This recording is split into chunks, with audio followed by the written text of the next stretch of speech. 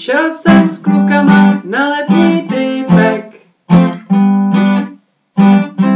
Byl tam s náma i pan Kornítek.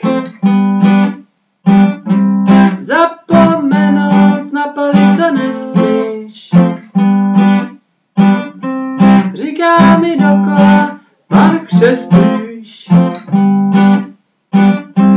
Přijdu 5, říká pan Míšapek. A každý víme, že to je jenom dobrý forek. Feráčku, co jsi to vymyslel za písničku? Jeden blbečku, ty chceš vážně tečku do chlívečku.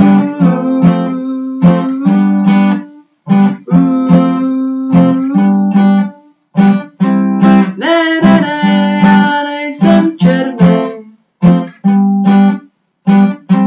křičí pan Brudík na Kalenej.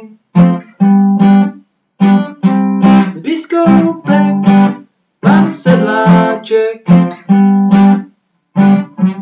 to je mi ale hodně divnej panáček. A pan Frodo, to je ten,